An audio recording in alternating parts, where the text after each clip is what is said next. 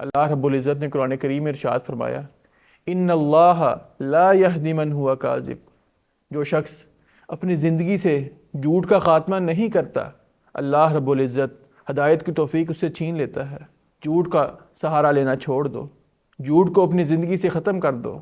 فَإِنَّ الْكَذِبَ يَهْدِي إِلَى الْفُجُورِ، نقصان یہ ہے کہ جھوٹ انسان کی گناہ کی طرف رہنمائی کرتا ہے۔ بسم اللہ الرحمن الرحیم۔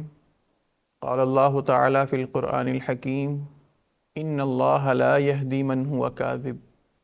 احباب جی وقار، میں اور آپ جس معاشرے میں رہتے ہیں وہاں ہم یہ گلہ کرتے نظر آتے ہیں کہ میں سچ بولنا چاہتا ہوں، مجھ سے سچ بولا نہیں جاتا، میں سیدھے راستے پر آنا چاہتا ہوں لیکن ہدایت ملتی نہیں۔ آخر اس کی وجہ کیا ہے؟ اللہ رب العزت نے قرآن کریم میں ارشاد فرمایا، ان اللہ لا یہدی من ہوا کاذب، جو شخص اپنی زندگی سے جھوٹ کا خاتمہ نہیں کرتا، اللہ رب العزت ہدایت کی توفیق اس سے چھین لیتا ہے۔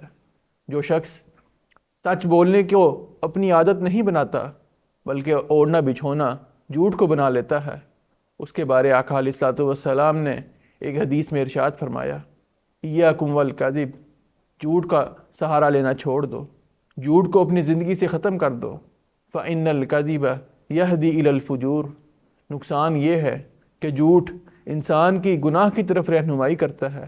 وإن الفجور یہدی الی النار، انسان جھوٹ بولے گا، جھوٹ سے انسان گناہ کرے گا، اس کا نتیجہ یہ ہوگا کہ انسان ان گناہوں کی وجہ سے گناہ اس کو جہنم میں لے جائیں گے۔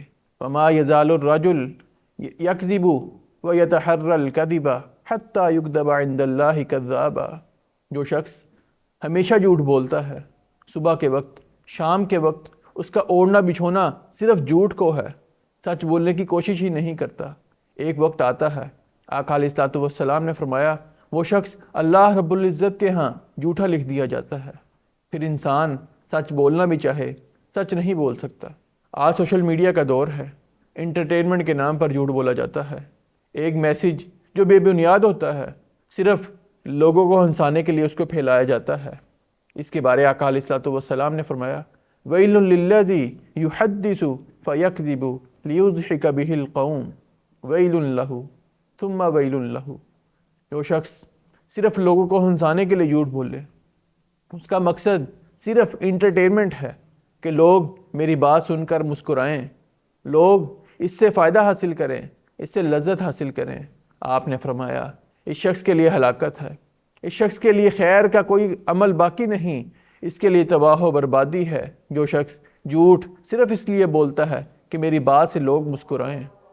اسی طرح سوشل میڈیا کا دور ہے، وہاں جو انسان جھوٹ بولے یا کوئی بھی بات کرے، وہ چند افراد تک محدود نہیں رہتی بلکہ وہ بات معاشرے میں پھیل جاتی ہے، جس کے بارے میں آقا علیہ الصلوۃ والسلام نے صحیح بخاری کی روایت میں فرمایا کہ ایک دن میں سویا ہوا تھا، دو فرشتے آتے ہیں، مجھے ایک وادی میں لے کر جاتے ہیں، وہاں میں نے دیکھا ایک شخص کو عذاب دیا جا رہا ہے۔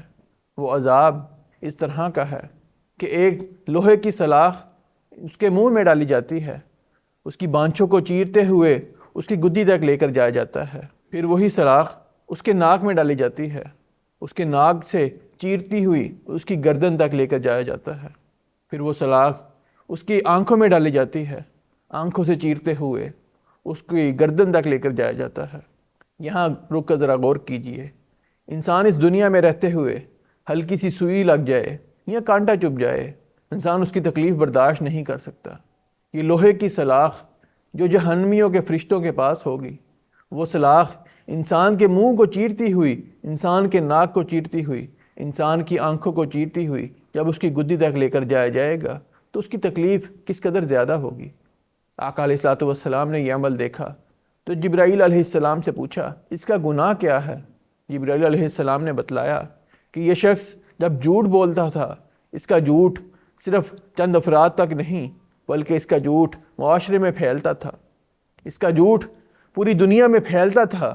اس کی سزا اللہ رب العزت نے اس شخص کو یہ دی ہے۔ جھوٹ بولنے کی آقا علیہ الصلوۃ والسلام نے اس طرح بھی ممانعت فرمائی کہ ایک صحابیہ نے سوال کیا، آقا ہم کسی کے گھر مہمان جاتے ہیں، وہاں جا کر ہمیں کھانا پیش کیا جاتا ہے، وہ کھانا ہماری طبیعت کو اچھا لگتا ہے، ہم کھانا چاہتے ہیں، لیکن مہمان ہوتے ہیں، تکلفاً ہم اس چیز کی نہ کرتے ہیں جبکہ ہمارے دل میں اس کی طلب ہوتی ہے۔ کیا یہ نامہ اعمال میں جھوٹ لکھا جائے گا؟ آپ نے فرمایا اگر آپ کے دل میں اس چیز کی طلب ہے اور آپ صرف تکلف کے طور پر نہ کر رہے ہیں تو یہ نامہ اعمال میں جھوٹ لکھا جائے گا۔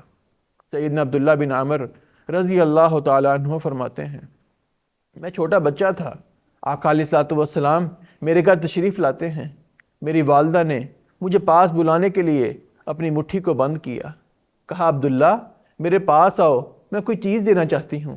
آپ نے فوراً میری والدہ سے پوچھا کیا تو واقعی عبداللہ کو کوئی چیز دے گی؟ میری والدہ نے مٹھی کو کھولا، فرمایا آقا میرے پاس کھجور ہے جو میں عبداللہ کو دینا چاہتی ہوں۔ آپ نے فرمایا اگر تو اس کو پاس بلانے کے لیے جھوٹ بولتی تیرے پاس کچھ نہ ہوتا، تیرے نامہ اعمال میں جھوٹ لکھا جاتا۔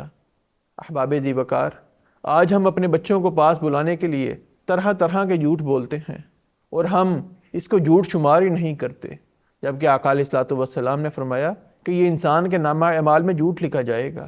اللہ تعالیٰ سے دعا ہے اللہ تعالیٰ ہمیں جھوٹ سے بچنے کی توفیق عطا فرمائے، اور اللہ رب العزت کے ہاں جو لسٹ ہے اس میں ہمارا نام جھوٹوں سے نکال کر سچوں میں شامل فرمائے۔ وآخر دعوایا ان الحمد للہ رب العالمین۔